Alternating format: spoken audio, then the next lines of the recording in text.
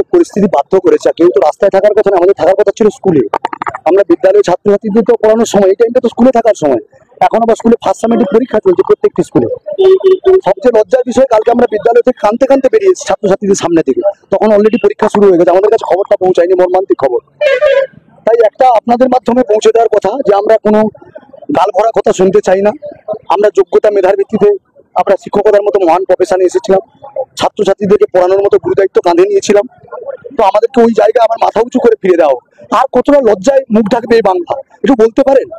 যে কোনো উৎকোচ বড়হুকন তো আমরা দেইনি, কোনো নেতা মন্ত্রী শান্তির কাছে যাইনি, কোনো দালালের খোঁজ করিনি, আমরা বইয়ের খোঁজ করেছিলাম। আমরা যে যার সাবজেক্ট সে পড়ে সে মেধার প্রমাণ দিয়ে সে চাকরি করেছে। তাহলে আজকে যে পরীক্ষায় আমরা শুনেছি যে আমাদের দেশের বিচার ব্যবস্থা একজন নিরপরাধ যেন কখনো সাজা না পায়, এই সুবিধা গণতান্ত্রিক দেশ, এটা গর্ব করে আমরা ভারতবর্ষকে নিয়ে, কিন্তু সেখানে কি বিচার এসে স্বাধীনতার পরে দেখাতে পারবেন কোনটা বিচার হয়েছে? তাহলে এই জায়গায় দাঁড়িয়ে আমাদের এখন পথে নামতে হয়েছে। এরপরে আমরা পরিবার নিয়ে পথে নামতে, পরিবার তো পথে নেমে গেছে অলরেডি। আমরা কি খাও? আমার বাড়িতে 4 বছরের শিশু আছে, তার মুখে কাল থেকে কি খাওয়া তুলে দেবো? তার কিভাবে আমরা এডুকেশন দেবো? আমরা একটা স্বশাসিত সংস্থার মধ্য দিয়ে পরীক্ষা দিয়েছিলাম।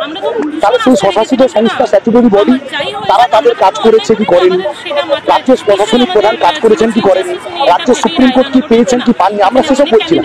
কিন্তু আমাদের একটা কথা হচ্ছে, দুর্নীতি যে করছে তাকে ধরাও, তার মাথাকে ধরাও, আমাদের কোনো অসুবিধা নেই।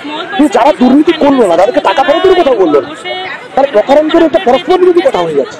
যারা টাকা ফেরতের কথা বলেনি, তাহলে আমাদেরকে বাদ কমিটির রিপোর্ট থেকে শুরু করে সিবিআই থেকে শুরু করে দেশের সর্বোচ্চ ইনভেস্টিগেটিং এজেন্সি, তার সর্বোচ্চ ইনভেস্টিগেটিং এজেন্সি দিয়ে একবার কিন্তু প্রমাণ করা গেল, তাহলে তো তাকে বলতে হচ্ছে সিবিআই কোনো যোগ্যতা নেই। আমরা যোগ্যতা আছে, আমাদেরকে স্কুল দিয়ে করে না হলে অত কারোর কোনো দোষী হলো না, কারোর কোনো শাস্তি হলো না। অবিলম্বে আমাদেরকে বিদ্যালয়ের প্রতিষ্ঠানে আমাদেরকে মাথা উঁচু করে ফিরিয়ে দেওয়ার ব্যবস্থা করো। একদম ভয়ঙ্কর আন্দোলন হবে, আমি তো বলেছি। কারণ একটা কথা হচ্ছে, আমরা সমাজে ভদ্রভাবেই বাঁচতে চেয়েছি, কারণ শিক্ষকতার মতো মহান প্রফেশন হয়। কারণ একটা কথাই মনে করি, পৃথিবীতে